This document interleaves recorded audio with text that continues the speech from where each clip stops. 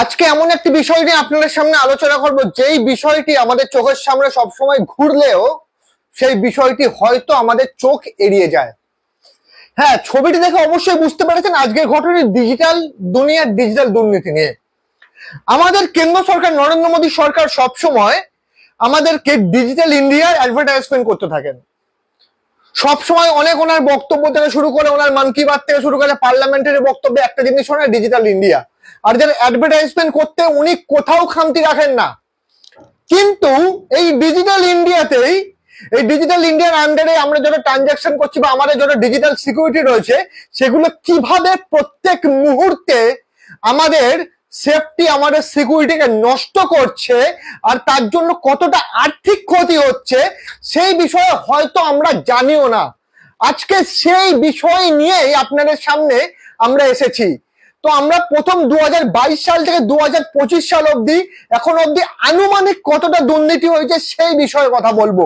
এই যাচাইটি করেছে data Leeds নামক একটি প্রাইভেট সংস্থা, যেখানে থেকে আমরা জানতে পারছি এই বিষয়গুলো।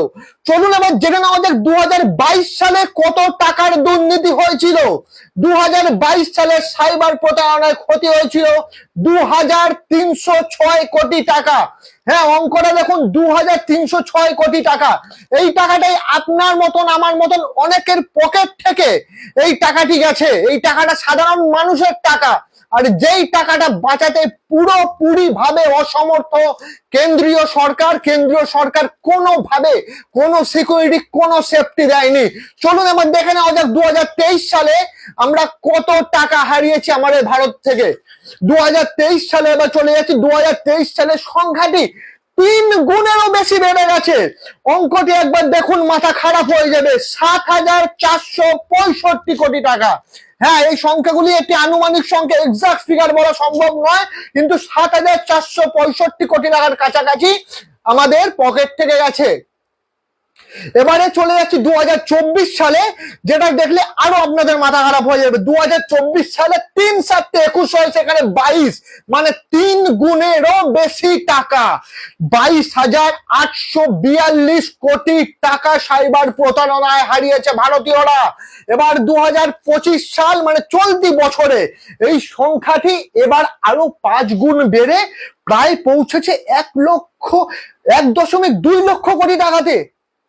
একবার ভাবতে পারছেন এই দুর্নীতিটা? আমাদের কেন্দ্র সরকার কাশ্মীর ইস্যু, আমাদের কেন্দ্র সরকার ধর্মীয় ইস্যু, আমাদের কেন্দ্র সরকার ভারত পাকিস্তান, আমাদের কেন্দ্র সরকার শুধু এইগুলো করে আসছে। কিন্তু মানুষের পকেট থেকে ডিজিটাল ইন্ডিয়ার ডঙ্কাবাজি অ্যাডভার্টাইজমেন্টে পয়সা খরচ করে ডিজিটাল ইন্ডিয়ার যে সিকিউরিটিতে, সাইবার সিকিউরিটিতে পয়সা বাঁচাতে পারছেন আমাদের কেন্দ্র সরকার। সাইবার সিকিউরিটি যদি আজকে ঠিকঠাক হতো, এই টাকাগুলো যেই মানুষের টাকা সেই মানুষের কাছেই থাকতো, এই টাকাগুলো কোনোভাবে খরচ হতো না। আজকে আধার কার্ড থেকে শুরু করে, প্যান কার্ড থেকে শুরু করে প্রত্যেকটা জিনিসের ডেটা লিক হচ্ছে, ব্যাংকের ডেটা লিক হচ্ছে। ব্যাংকের সাথে আধার কার্ড, প্যান কার্ড যখন আমরা লিঙ্ক করছি, সেই আধার কার্ডের ডিটেলস থেকে আমাদের ব্যাংকের ডিটেলস যাচ্ছে, আর সেখান থেকে ধীরে ধীরে এই সাইবার প্রতারণার শিকার হচ্ছে সাধারণ মানুষ। আর যেই জিনিসগুলো আমরা চোখ এড়িয়ে চলে যাচ্ছি, কিন্তু আজকের পর থেকে যখন এই সংখ্যাটি আপনাদের চোখের সামনে আসলো, নিজের চোখ কান খোলা রাখুন, আর নিজের আশেপাশে থাকা সেই বিজেপির ভক্তকে ওই স্ট্যাটসটা দেখান যে আমার আপনার পকেট থেকে ডিজিটাল ইন্ডিয়া, ডিজিটাল দুর্নীতিতে কত টাকা খরচ হয়েছে। শুধু মোদি মোদি, হর হর মোদি, ঘর ঘর মোদি, ফল কিভাবে ভারতীয়রা পাচ্ছে সেটা বোঝান। এই ভিডিওটি সত্যি কথা কোনো রাজনৈতিক ভিডিওর বাইরেও একটি ভিডিও, সাধারণ মানুষদের সচেতন করার জন্য।